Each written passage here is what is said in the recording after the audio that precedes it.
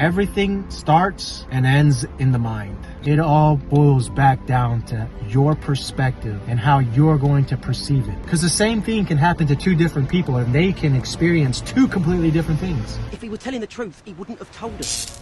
Unless, of course, he knew you wouldn't believe the truth, even if he told us. And she's, you know what I mean? She wanting control, power like that. Like, you know. Where we went wrong was I was expecting a wife that would continue to be a team player. But what ends up happening is over time, people get sick of each other. If you live with someone long enough, you get sick of them. And she started regretting her decision. She's like, why did I marry this person? Because I'd always ask her, I'm like, baby, why did you marry me? Honey, why did you marry me? It didn't make any sense. I mean, her last boyfriend before me was making $300,000 a month.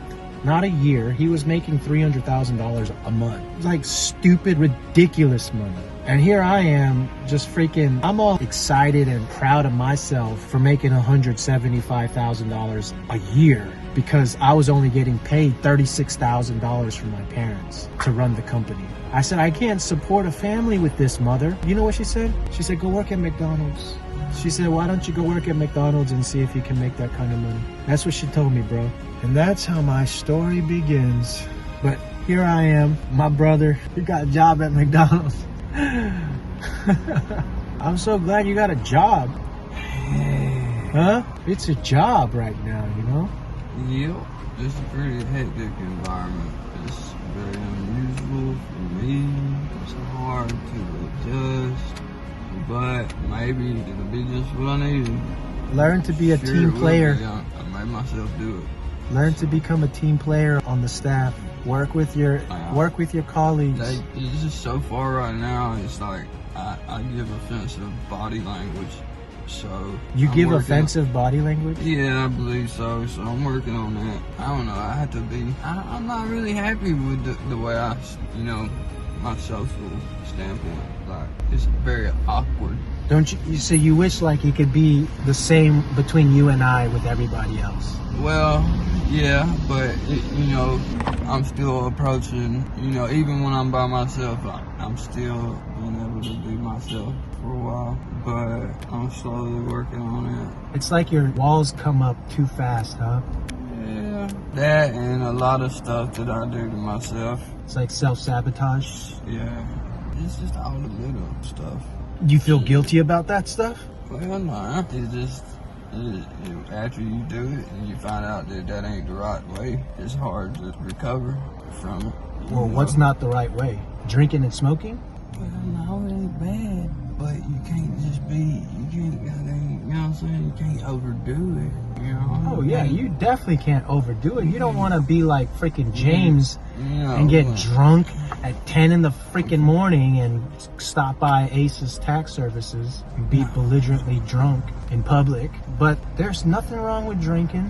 There's nothing wrong with having a margarita can. Bro, that day was awesome. After church, we had a beer, take a walk in the park. I mean, that was nice. It's just you don't want to drink too much. You don't want to be out of control. So you're stressed out, you want to drink.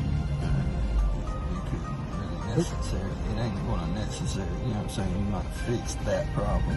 It's just a transference of energy.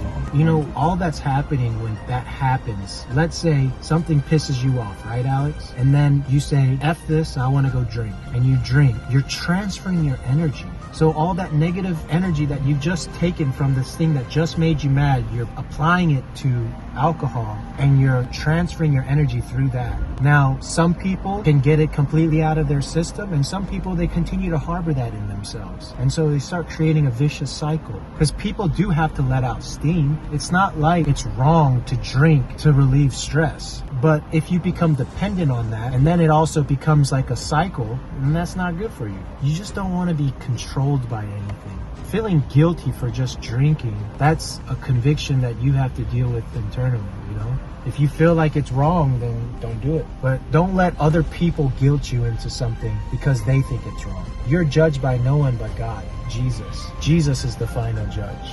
as far as like witchcraft goes. If you looked at it as a witchcraft, then basically Jesus would be being created right now by the Bible. No. If he did exist, right? So Kind of expand on this thought process, because what you just said is that if this witchcraft stuff is real, then the Bible created Jesus. Wait a minute. Wait a minute. Wait. First of all, you're not going to speed past that like you didn't just say what you just said. No. I'm saying if God and Jesus hadn't existed, then the belief in the Bible itself would basically be like a creation of this story that has been made. I don't get it. If what? What was the initial statement? I'm saying if Jesus had not already existed, if somebody ain't done already got tortured to death, which there's been plenty, very plenty, this still happens every day, probably. I'm not quite following. I still don't get it. I feel like I'm doing it. over and over. It's like, damn, do it again. With religion, it's like, damn. What I'm saying? Man, Rev just gave me $100. Boy, I'm supposed to be out buying church fans. Hey, man, I don't understand a word that you been saying. If I started over new today, if I could be completely brand new and everything changed and, everything be perfect and brand new today, but I've been reading my Bible, so I'm gonna do that today, of course, and go to church, and then, boom, I do that again. So you're saying you're doing good things, but then you mess up, and then you feel... I'm saying if I start off a new day, if I start off a brand new day and everything could be perfect, how am I gonna keep from bringing the shit from yesterday with me today? Like being bogged down by all the stuff that happened to you yesterday? Letting go of all that, just brand new. I like to try and brand new start a day. Jesus said to forgive. If your brother asks for forgiveness, forgive him 7 times 70. So the concept of forgiveness is really, truly just letting it go in your heart, not being bothered by it. Forgive and let go. You know how hard it was for me to forgive my parents? And, it bothers me so many times when people will be like, well, you didn't never really truly forgive your parents. Like, bro, you don't know me. You don't know my heart. You have no idea who I am. All you know is the words that are coming out of my mouth. And I'm saying these things to express just one dimension of my existence. Don't think that you can surmise me because of the statement that I've just made. You know what I mean? Don't jump to conclusions. Patient has a fractured fibula, so he can be able to go on tomorrow. Daddy's gonna be so excited.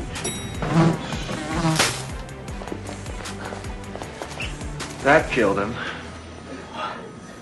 But that happens so much. But me talking about the things that my parents have done to me does not mean that I haven't forgiven them yet. It's just simply a part of my story. But to forgive somebody that has wronged you, it's not easy, regardless of how frivolous or how serious it is. Because ultimately, it's going to poison you. That hatred that you harbor for whoever that person is, or that anger that you harbor for whoever that person is, it's going to destroy you, the poison inside you. And then what ends up happening, just like Jesus said, it is not what goes into the mouth that defiles a man. It's what comes out of the mouth. Is that what defiles him? Because out of the heart comes all kinds of sins. And those are the things that you're talking about, that you're bothered by, the negative things from yesterday. Why? Because you still hold on to it. You just gotta let it go. Let it be water off of the back of a duck. Does it make sense? It makes perfect sense to me.